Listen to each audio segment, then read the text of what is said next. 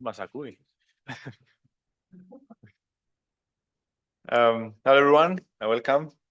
Today we have with us Professor George Marcu. He will be talking about finite element modeling, HPC, and machine learning for the development of predictive models in structural engineering.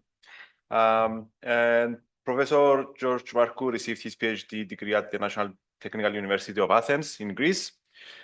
His specialty involves numerous scientific fields related to the modeling of structures through the use of the finite element method.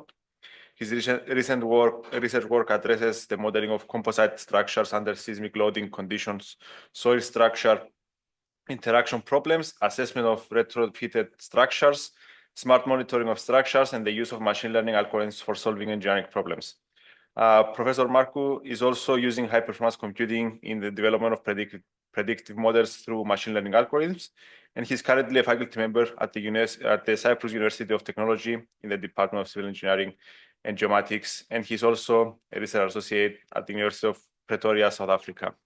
Welcome. Thank you. Hi, everybody. Thank you for having me. So today we are going to be talking about my research done and part of the research done on the finite element modeling and especially validating algorithms that are able to reproduce, in this case, and predict the real mechanical behavior of structures. And then I'm going to talk to you about a few things about machine learning and our recent publication with Dr. Nikos Bakas and Professor Papadrakakis and Savas, of course, at the Neapolis University, and how we use this technology in order to develop predictive models, in this case, for structural engineering problems. So in this case, I'm going to show you a few things about a few things about 3D detailed modeling. I'm going to show you a few results. I'm not going to show you or talk to you in a mathematical way. I'm just going to show you results that we got through different animations and figures. And of course, in this case, as I said, say a few things about machine learning algorithms, and then show you what we've done with the high performance computing and what problems we solved and the results that we received. Now, as they told you before, and as I was introduced, I finished my studies at the National Technical University of Athens. Then I started working at the Al Hosn University. Then I traveled around the world, UK, Chile, and of course, South Africa at the University of Pretoria. Now I'm working in Cyprus at the Cyprus University of Technology. All my work and my field is related to numerical modeling and, of course, earthquake-resistant design of structures, and we apply all the new technology in solving problems in order to achieve a safe and sustainable environment. Now, when it comes to 3D detailed modeling, as you can see, we are using 3D detailed models in order to discretize as detailed as possible our structures. And of course, we have the ability to also capture cracking, opening and closing of cracking. Even rebars are modeled as embedded finite elements. And of course, we can develop accurate and 3D detailed models in order to investigate our structures. Now, all the analysis is performed through Recon and Fair.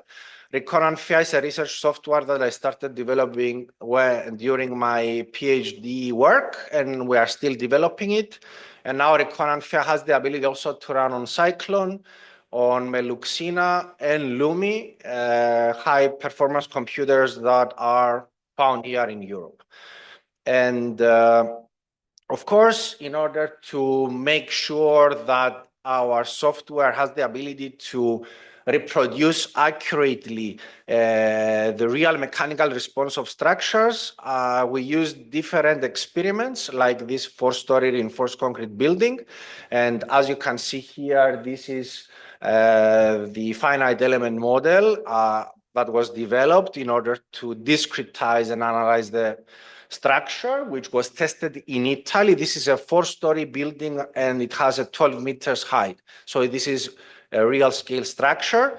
And of course, this was tested under 3 different loadings, cyclic loadings. And as you can see here, this is the comparison between the experimental and the numerical results as they resulted for the case of the second experiment, which was 0.25 G. And therefore, the ability of the software was tested and was found to be accurate and in a good agreement with experimental results. Here you can see the ability of the software to capture opening and closing of cracks. This on the left side is when we push a negative 23 millimeter the entire structure, and then we push it back. And as we push it back towards the right side, as you can see here, the cracks close. And in the areas where we have tension, new cracks appear. So opening and closing of cracks can be captured through recon and fail. This is the von Mises strain contour animation as it resulted from the full analysis of the 4-story reinforced concrete building. As you can see also down here, these different color finite elements are the finite elements that were used in order to simulate the carbon fiber reinforced polymer sheets. In order to solve this problem, we needed to perform 8,124 nonlinear internal iterations. And of course, the total CPU time through a normal computer, right? This is a standard computer, was 47 hours, and the total output file size was 66.37 gigabytes. So one of the advantages of recon and fail is that it's programmed in an optimal manner to handle large arithmetic and numerical problems. And when it's used, when it's run on high performance computers, then the results are actually really impressive. I'm going to show you some of the results that we got on Lumi, even though this is still current running. Now, this is another big, large problem, a 100-meter span reinforced concrete bridge. This is the technical, these are the technical drawings, including the reinforcement ratio of the deck and in this case, the piers. I'm not going to bore you with technical stuff, just to say a few things about the model that was generated. This model used more than 100,000 hexahedral elements and 47,839 macro elements, which were then used to generate the embedded rebars. As you can see, the embedded rebars are found within the hexahedral mesh. So this model had more than 500,000 embedded rebars. And of course, the elastomeric bearings were discretized as well. And this was tested monotonically. And then I said, why don't we apply a cyclic load as well? Let's see, can recon and fail handle these?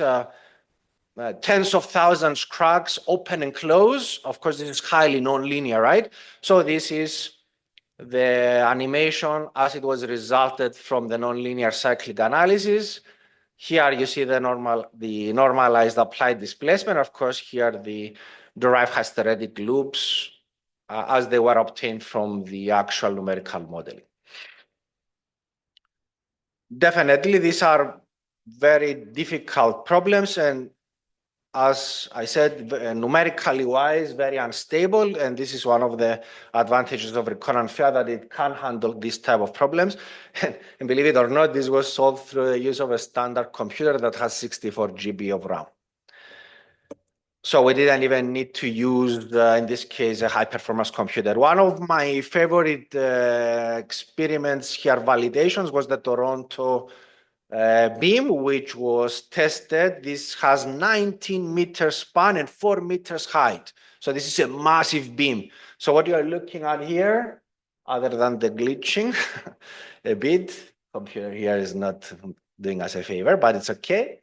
It's the crack animation, the crack pattern as it resulted from the analysis. And of course, you will see here the comparison between the actual experiment down here and the cracks as they resulted from the analysis. You see, this is a human being, so that's for you to understand how large this beam is. And a very interesting result can be seen here. This is the total applied load versus the deflection at this point here of the beam, or the continuous black curve is the actual experiment. And as you can see, it's very crooked, right? It's like as we push, we lose strength, then we stiffen and so on. So this is like not a straight line. All the rest of the lines, except from this red continuous line, which is similar to the experimental curve, are from other models and other professors and other scientists around the world. And as you can see, the only curve here that actually resembles the experimental curve is the one that derived from Riccone and Fair. And this, of course, resulted due to the concrete material model that assumes complete brittle behavior after a crack occurs. So this is a very interesting result. Now I'll speed up a bit and then we'll go to the fun part, or the part that you care the most, given that you are more of high performance computer people. So this is a case where Dimitra Gogidou did her master's, and we got a reinforced concrete structure that was actually damaged in Crete. And we perform, in this case, an analysis in order to evaluate on whether this structure is able to withstand additional seismic loads. And then we design a retrofitting and perform a nonlinear dynamic analysis. So this is the retrofitted model, as you can see here. And the 3D detailed finite element mesh can be seen as it was developed by Dimitra. And of course, this is the animation of the nonlinear dynamic analysis and the crack propagation as it resulted through the use of the actual seismic accelerogram. So as you can see here, this is the animation of the deformed shape and the crack propagation magnified by 600 times, right? So this is not the real deformation. This is enlarged in order for us to be able to see it through a naked eye. So Riccone and Fair has the ability to perform nonlinear dynamic analysis as well. This is another one of my favorite, again, models that I personally developed. It's a nuclear reactor building. This new scale structure is a small modular reactor building which can accommodate 12 small modular reactors, which are like 20 meters in height and 3 meters in diameter. And of course, the model that was developed here for more than 180,000 hexahedral elements and more than 2.7 million embedded rebars. And this, of course, one of the snapshots that we got from a deformed shape after we applied static loads. In this case, we perform a pushover analysis as well. And in order for you to understand how large these beams are, this is John Argyris, one of the fathers of the finite element method. And of course, as you can see, this picture here is to scale. So if this was his real size, this is how large he would look. So this is 2 meters tall, just for you to understand. It's a very large beam, a reinforced concrete beam. And of course, last but not least, the wind turbine structures. This is an 80-meter wind turbine structure, which Mr. Dewalt, Mr. Dewalt grabbed. You saw him. He sneaked on us. Developed in order to investigate pile, in this case, battered piles which are not vertical but inclined. So through this research, we discovered that the 10-degree pile inclination is the best way to go. And of course, this is a problem that requires a lot of computational efforts, right? Like that he is with his little scooter. Happy man, very hardworking young man. He's now in South Africa working as a professional civil engineer. So one might ask, all right, what's the goal? The goal is, of course, to be able to discretize and analyze under any load conditions, any type of structure in the world. And this is, of course, the Burj Khalifa which is 828 meters tall, and the number of hexahedral elements that I've used in order to discretize this is 14,462,798, and of course it has more than 22 million nodes. And of course, this does not include the piles and the soil around it, if this was a soil structure interaction problem. Now, just to shock you a bit, this was another work that we did on investigating teeth, and of course, the treatment of teeth through the finite element method. And this work was done by Mr. Voster, Dr. Voster. Now he was a dentist and he did his PhD at the University of Pretoria, and I was his co-supervisor. And our work actually found out which method is the best in order to treat a tooth through numerical modeling. So in other words, we are not just concentrated on structures and bridges and houses. We can pretty much do anything, and this is the beauty of the finite element method. And just to give you a point of understanding, when I was an undergrad student, I had to do my thesis, and the Professor Papadragakis, my supervisor, told me, we have this problem with an aeroplane wing that we are modeling and blah, blah, blah. I said, okay.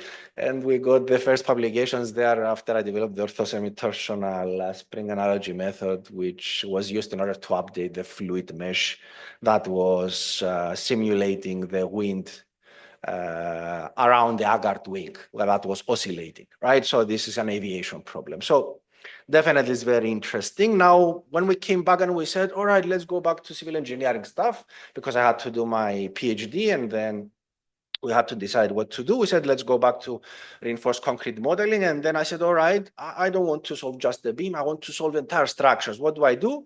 Develop a software that is optimally designed at an algorithmic level, and then make sure that it is able to provide you with the real results. And why did this help a lot?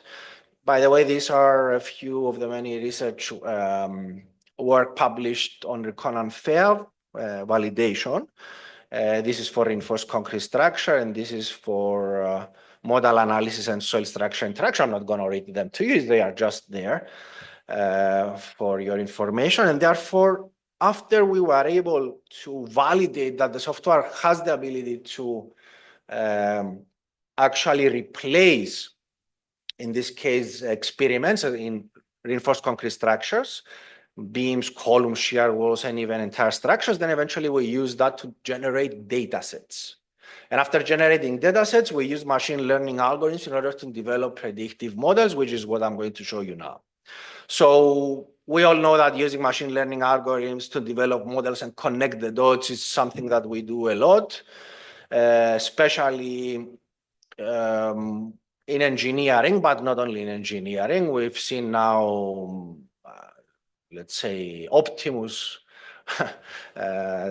the robot that Elon Musk revealed. And if you go also in China, you will see even more detailed and more advanced robots there, I believe, in my opinion. I've seen a lot of technological advancements in China, and it was, in this case, extremely amazing. But nevertheless, either if it's to develop a bot that will talk to us, interact with us, or drive a car, or predict the strength of a material or a structural member, then we have to use this technology, and we have different machine learning algorithms. The problem is that there isn't a fit-all method yet. And therefore, we did a very nice work with Dr. Nikolaos Bakas, who was the developer of the NBML software. Of course, we helped, in this case, testing and developing the manual, but nevertheless, we did a lot of work in developing data sets.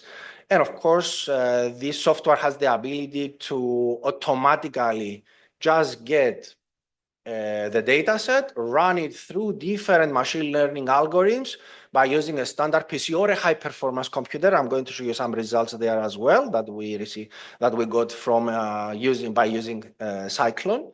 And then eventually give you the predictive models, give you automatically graphs, generate graphs and error metrics, and of course, eventually allow you to use the predictive model in order to perform validation analysis.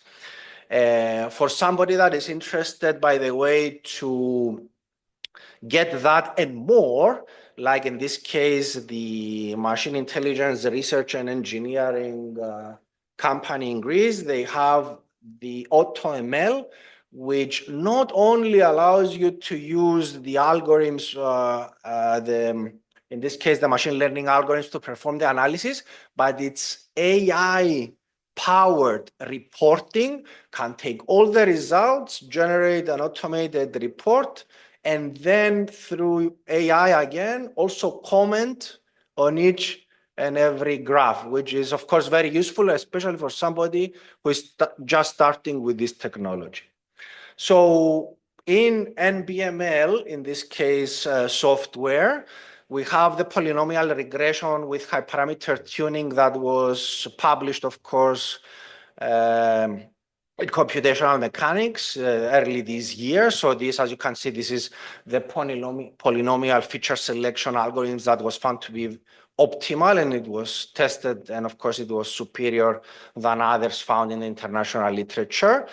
We also proposed the random forest with hyperparameter tuning, and of course the basic here, the most important part is the proposed random forest hyperparameter tuning, the number of trees, subfeature percentage, and so on, which are, as you can see here on this slide, one of the most powerful, especially for smaller data sets, algorithm is the XGBoost HitCV, which is XGBoost with hyperparameter tuning and cross-validation. And the proposed, of course, parameters used in order to get optimal results are shown here. And last but not least, the deep learning artificial neural network with hyperparameter tuning. And of course, it uses here MPI, which is Horovo with MPI. And this was also designed as such in order to be able to run in parallel, right? So distributed data, and we use this on Cyclone to test it. We used 21,397 images of 5.71 megabyte size each, so a total of 310 gigabyte. And of course, the numerical problem foresaw the optimization of 19 million weights. And these are the results as they were published. The speed up for 1 to 64 Tesla GPUs is shown in this diagram.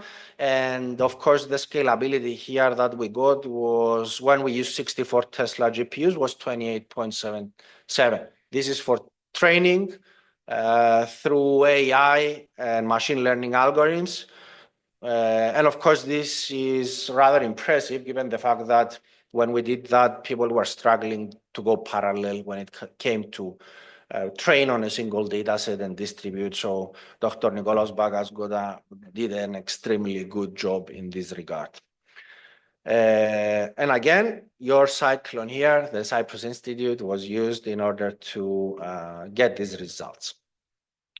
Now, we use Cyclone through EuroCC1 and also at the Cyprus Institute, and of course, Meluxina. I think Meluxina, correct me if I'm wrong, is the 5th largest high-performance computer in Europe, right? I'm not 100% sure on that, but things change so fast and many HPC systems pop out like mushrooms because people realize that they need them, especially now with AI.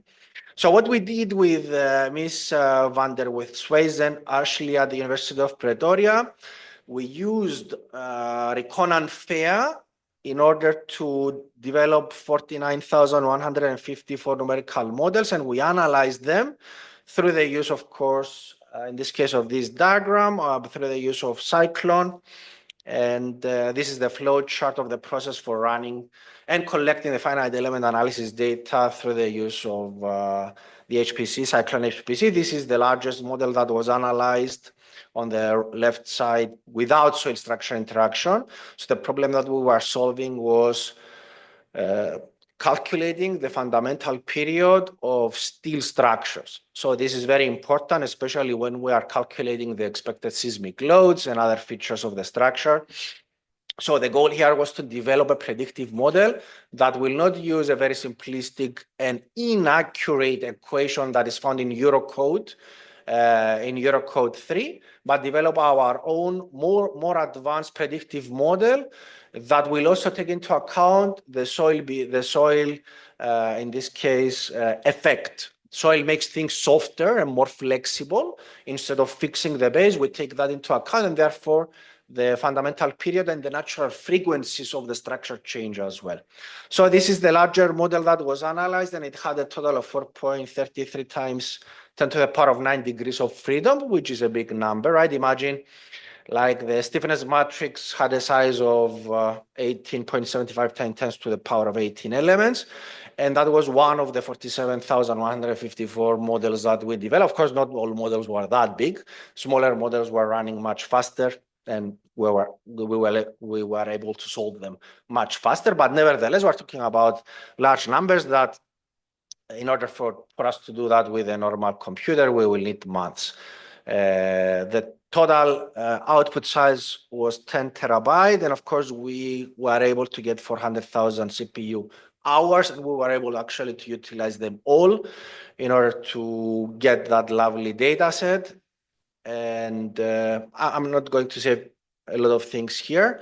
Of course, after getting the data set, we perform in this case, the training and testing with machine learning. These are a few things about Cyclone. You know this better than I do. How do you compare this with a normal desktop, a computer? And of course, we used also Meluxina through the in this case, EuroCC project 10.11.01903. This is a much larger machine with 573 nodes. And of course, each node had a 512 gigabyte RAM, even though the main analysis for the problem that we solved with Ashley for the fundamental period of C structures was performed on Cyclone.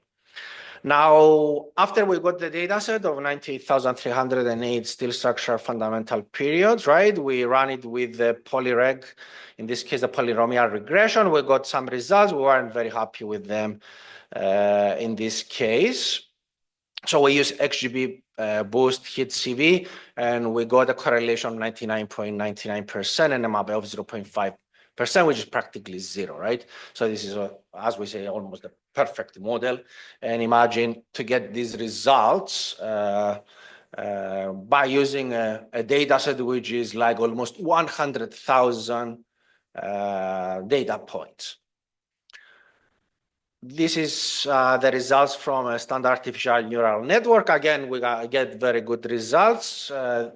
In the NBML, there is also a software called artificial neural network by neighbors. So this is an algorithm that actually doesn't even need you to, you don't need to define anything. It decides on its own how the artificial neural network will look like, how many hidden layers should be there, and then it reaches into an optimum structure and develops and produces, of course, numerically the predictive model. So these are some results as they were published in this case in our recent publication that deals with this, that dealt with that project, developing the predictive model of a fundamental period for steel structures. This is, now I'm going to show you a few results that we got from different engineering problems. Like in this case, we developed predictive models that can calculate the deflection and the rotation of steel structures and the maximum ultimate load. So if you have here a curved steel I-beam and you apply load in the middle, then eventually you need to know when it will fail. This is a highly complicated problem because it develops different types of torsion and shear stresses that the best way we have analytically wise is the Castigliano theorem, which is, of course, doesn't work. It's very bad. And what we did, we created a very large data set and with models that were validated through experimental results. So in this case, we ran our models, and we got really good results. And of course, as you can see here, correlation factor of 95, almost 95%. And the errors that we got were less than 30, 25%. And of course, in this case, the Castigliano theorem gave us more than 100% error, given the fact that this was a very difficult problem to solve analytically wise. Now, another interesting problem that we solved through the same approach was the horizontal deformation and ultimate strength of reinforced concrete piles embedded in clay. This is work that we did with Mr. Kevin Brown at the University of Pretoria. Now he's continuing with his PhD. And of course, what we did, we use experimental results of an actual reinforced concrete pile that was embedded in clay. It was tested in South Africa under the Wind Africa project. And then we reproduced almost with 100% accuracy the overall mechanical response of this reinforced concrete pile. And then we use the validated model in order to generate 2,529 models. And we run the analysis through pushover, push the piles, they failed, we got the delta curves, but eventually we used the ultimate strength and the horizontal deformation.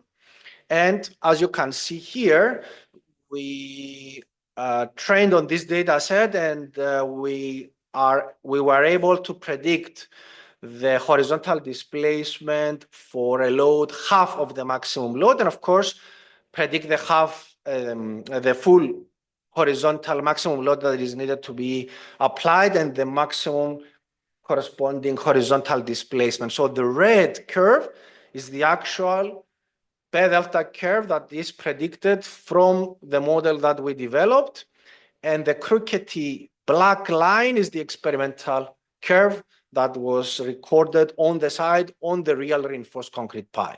So this is the first model of its kind. Very intensive work, computational intensive work as well. But we were a bit unlucky. Let's say we didn't have the ability to use a high performance computer. So we did all the work by using 3 64 gigabyte RAM PCs, desktops, that they are standard computers. And still, I think we managed to finish this less than 2 months. If we had a high performance computer, definitely we would have been able to not only get this done in a matter of days, we would have been able to generate maybe 100,000 data set or more. So that will give us the ability to get a more objective results. Now, this is, again, I'm smiling because this technology gives you the ability to touch so many things that it's so interesting, right? I never wanted to be a civil engineer when I was young, but I went because my parents were. And then I said, okay, that's it. Let's continue study and study and study. And then when I started researching and modeling aeroplane wings and teeth, and then I said, yeah, this is what I like to do, right? So and what we did here, we used machine learning in order to develop a predictive model that will give us the geometry of railway tracks based on the acceleration due to the shake of this instrument here, as you can see. So what does that mean? It means that if I have the accelerations, I can predict the geometry. And if the geometry, in this case of the railway track, seems to be abnormal, then I can say, engineers, oh, go send somebody there, maybe we need maintenance. So we can make decisions in terms of if we need to maintain something or not. And definitely here, high performance computing will help a lot. So these are the statistical errors of the machine learning algorithms for variation data set. As you can see, for the right and left alignment for the deep artificial neural network, we got some good results. And this is the comparison and the graphical depiction of validation data sets, machine learning results for the right alignment. So as you can see, the predictive model works pretty well.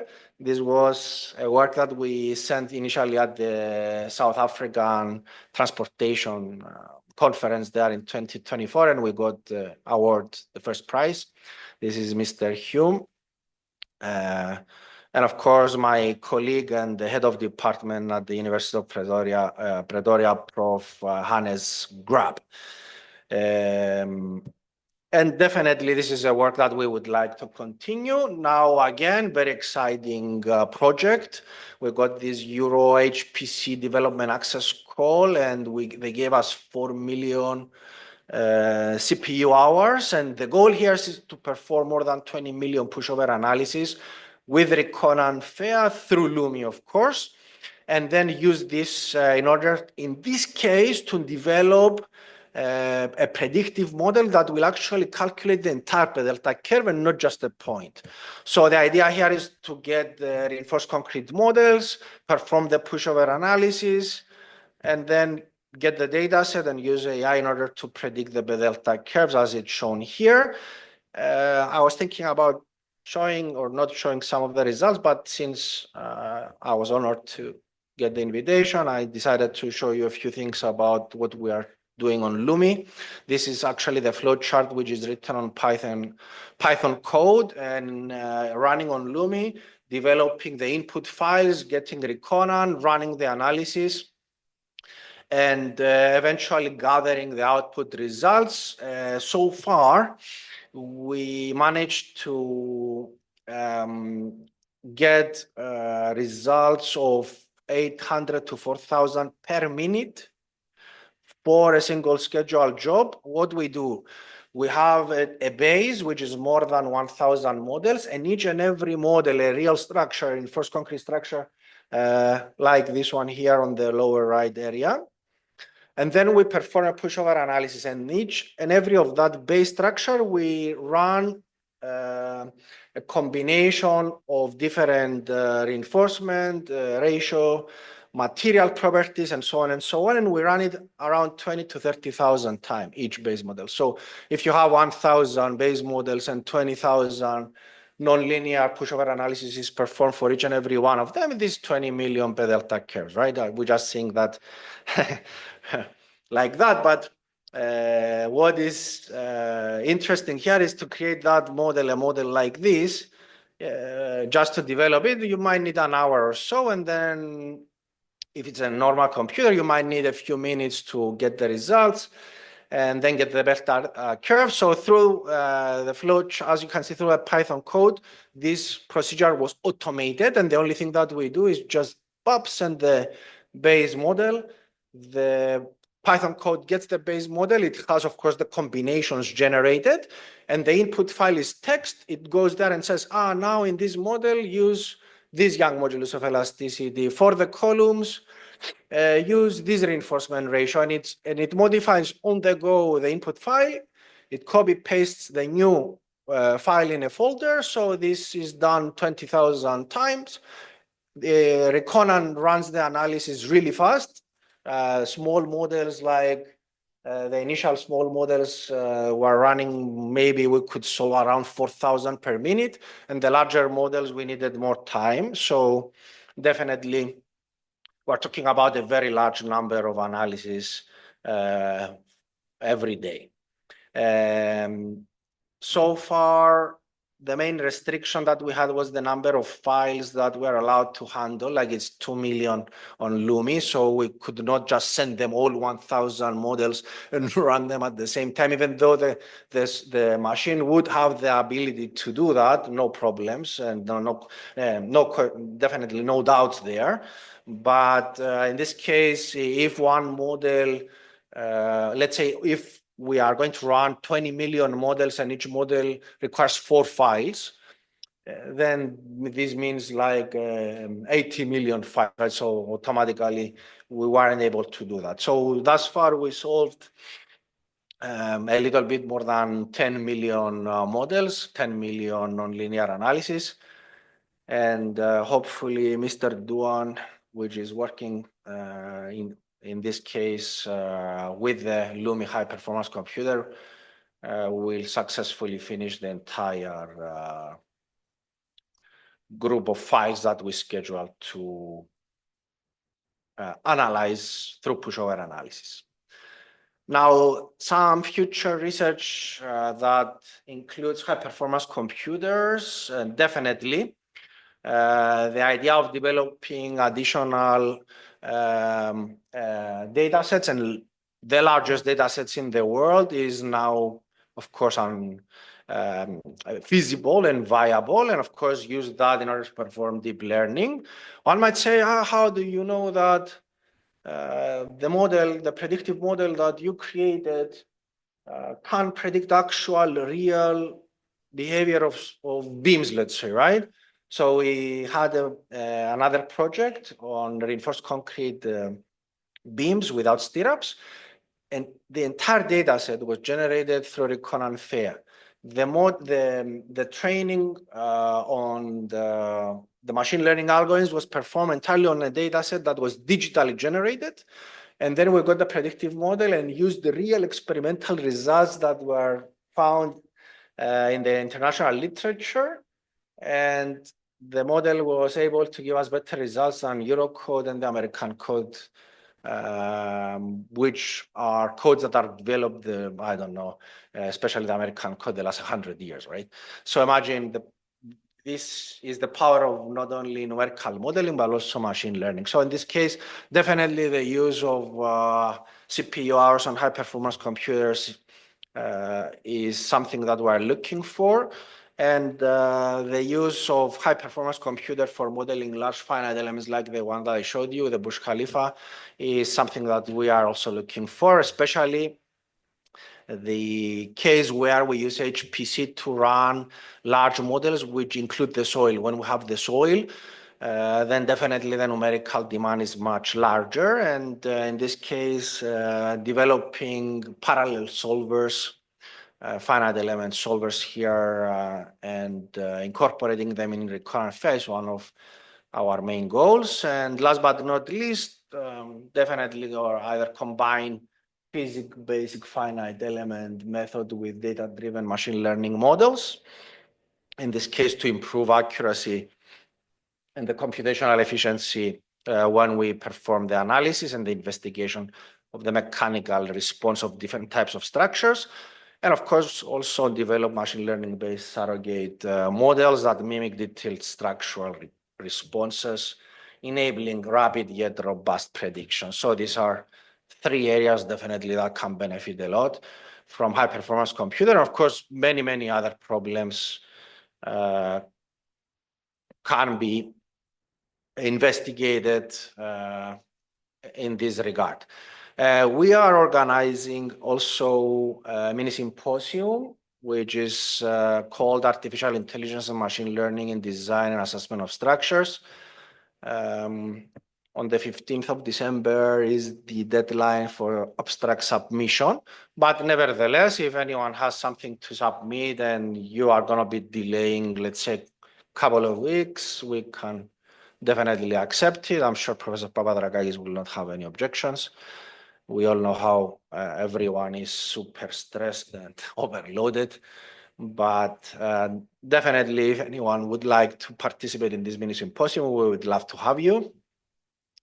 And that's it. Thank you very much for your attention and for having me. If you have any questions, I would gladly answer them in relation to any part, of course. Yes, of this presentation. Thank you very much for showing us such a nice results. My question is about seismic loading. Yes. How you incorporate this seismic factor in your software, and what kind of propagator you use for the seismic wave propagations? Thank you. The software has the ability to account for seismic loads either through static or dynamic methods, right? You can perform a pushover analysis, a full pushover analysis, which means that you can calculate the corresponding seismic load. In this case, I'm trying to go back to the nonlinear dynamic analysis that I've showed you. So that's one way, which of course is approximate, right? But we also have the ability to apply an accelerogram, which is an earthquake accelerogram, which was recorded on the side, like in this case here, and perform a full nonlinear dynamic analysis where the inertial forces are accounted for. We also have a model, but I didn't want to show you many results that relate to seismic analysis. I wanted to say a few more things about high performance computer today. But we have a model that also includes the soil as well. So you can see the dynamic response of the structure by accounting soft soil, which changes everything, of course, and makes things look more realistic. And usually when we design our structures, we don't take that into consideration. Now, what's the big problem? The big problem is that computational demand increases significantly when you have a soil domain. So yeah, seismic loads can be either modeled realistically through accelerograms, or you can apply a static cyclic load or a monotonic load according to the level of the seismic load that you expect your structure to develop. You convert a dynamic problem into a quasi-static, in this case, problem, and this is how Eurocode 8 and other earthquake-resistant design codes do it. But when you model, eventually, you can capture, like in this case, all the main loads that are developed during an earthquake event through performing a nonlinear dynamic time history analysis. Okay, thank you very much. You are most welcome. I hope I covered your question. George, can I ask you a question? Yes. If you go, I mean, my question has two parts, a very specific one and a very general one. Yes. The specific, if you go to slide 35, for example, it was the slide that you were showing, like the displacement. This is 35. Yeah, that I think that's the one. Yeah. So, or this one. No, the previous one. All right, this. Yeah. So here, if I can read the slide well, I mean, you have the displacement that results from the finite element method, and you have also the displacement that results from machine learning. And what we're very interested in is uncertainty quantification. So, for example, here you see some points, even though the general trend seems to be pretty good, right? There are points where the machine learning model clearly fails. Yes, correct. And so I was wondering, like, what causes these failures? I mean, you know, I guess especially for structures in your domain, you don't care only about what happens in most of these simulations or models. You care about those few ones that can be a big failure, a disaster. I agree with you 100%. And the main disadvantage here that we have is the lack of data. If you've seen in my entire presentation, I should have shown you, we have one case. We just got it published now, actually a few days ago, where we get experimental data on reinforced concrete columns, and we train on actual experimental data. How many were we able to find? I mean, a bit more than 75. 75. So if let's say you check a normal data set of training a program to recognize a breed of a dog or recognize a type of a flower, they have like millions of data, millions of pictures. We did that work by using 75. So in this case, like, we don't even have more than 2,000 data.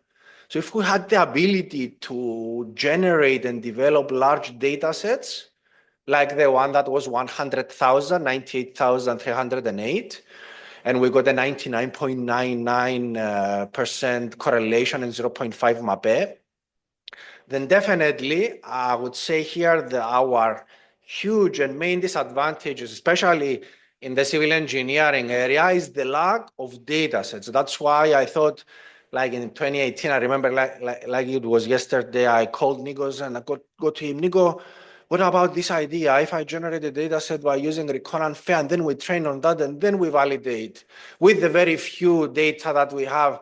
And if that works, what do you think? Like every new idea, it was received with a positive and negative way at the same time. Of course, after I told him, you don't need to do anything, I will do the work for the data set. So we got it, we trained, we got the results, we validated then on real experiments. And this is then when I realized, like, look, if we can find a way to replace the actual experiment, which is so costly, right? It costs a lot of money to set up a reinforced even a beam, like this, the easiest thing, reinforced concrete beam, simply supported, apply a load in the middle, break it, get the results. Now that is so time consuming, so costly, many things can go wrong. And the data that we have from those experiments, like you have in the data set, right? The exact same beam, the exact same geometry, the exact same batch of materials, concrete and steel, the reinforcement ratio, everything the same. And they have 15% difference in terms of the load that you need to apply to break them. So this means that you have human error, you have testing error. So this is our main disadvantage. We don't have a lot of data. So if we had, let's say, generated through a high performance computer, a data set that had more than 100,000 results, this wouldn't look like that. It would have been extremely more accurate. And this is also the trend that we've noticed through our research so far. I mean, the general part of my question, Spirula, who's sitting over here, can tell you more about this. In our research, the part that we're very interested in is when you use machine learning as a surrogate for physics-based simulations. The problem very often is that you don't have uncertainty quantification. And so you don't really know where the machine learning model can fail because, it is probably trained on only a very small part of the multi-dimensional space that, is relevant. And especially for those kind of more extreme configurations, it may actually perform very badly, but you wouldn't really know because the deep learning models most likely do not give you some uncertainty quantification. Definitely, this is one part of the problem, and the other part of the problem might be like one might say, okay, how do we know that your data set that was generated through using this specific model is going to get it always right? Again, that's not the case. So as civil engineers and as engineers in general, we use a lot of, we use the word approximation, and then we have our safety factors. So at the end of the day, it's all about the data set. If you have that data set being calibrated as such that it will be able to cover all the possible scenario, then you will get a machine learning predictive model that will have great extendability, right? And do things that no analytical model will be able to do. But at the end of the day, when we train it, we train our models on data that they are not perfect. So definitely we cannot stand here and say, this model will predict everything with a 99% accuracy, right? So this is also the reason why you can perform a parametric investigation by varying different parameters, then eventually be able to investigate how your, let's say, structural or mechanical problem is affected, and then concentrate on the parameters that matter. Like, to give you again, I'm smiling because we achieved, in this case for this problem, they had two limitations. Number one, they couldn't perform tests on the soil, so we had zero knowledge on the soil properties, right? And also, their testing equipment was able to push horizontally maximum 60 milli. So they stopped there. So what we did, we not only reverse engineer the problem by finding which is the exact properties that the soil should have in order to get that P delta curve. We also pushed beyond that and got the remaining response, right? So on the other hand, like if this model is used for a more complicated problem, you might not get that accurate results, right? So there is always the uncertainty part, which in my opinion, it can be solved by performing sensitivity analysis on specific parameters, and then maybe introducing that in the AI predictive model somehow. So you will be able to get that part of the uncertainty, and an analysis will be performed on the uncertainty as well. But it becomes more complicated. I mean, there are, machine learning methods that can give you uncertainty, that can quantify the uncertainty of the prediction. That would, I think, be very useful. Yeah, for sure.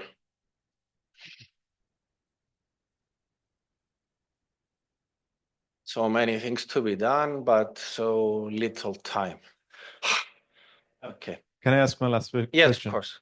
The software that you mentioned, the finite element software. Recurrent fair, yes. Recurrent fair, yeah. So what's the state of the software, and what needs to be done for you to be able to run larger models and so on? What we need now in order to go full parallel is an actual parallel solver that will decompose the mesh and structure the stiffness matrix based on the connectivity, but do it in a parallel way, and then run the analysis. Everything is set. But what we need is, the part where we will do the actual decomposition of the stiffness matrix and perform the analysis based on the stiffness multiplied by displacement equals to external forces. It's a linear set of equations, Ax equals B, right? X so currently being is serial. Everything is serial, and of course, when you have a nonlinear analysis, you break it into linear solution of many multiple linear problems. So this is typically standard, but you need another PhD to sit there and do it, and I never got the chance to do it. So now, if we can find somebody that will be able to do that, it will be great. Definitely, we will be able to solve massive problems and evaluate and assess them in order to be able to sort of predict the future and understand how they will behave for different scenarios, especially for existing structures. It's very, very useful. Thank you, Professor Marcu. Thank you so much for having me.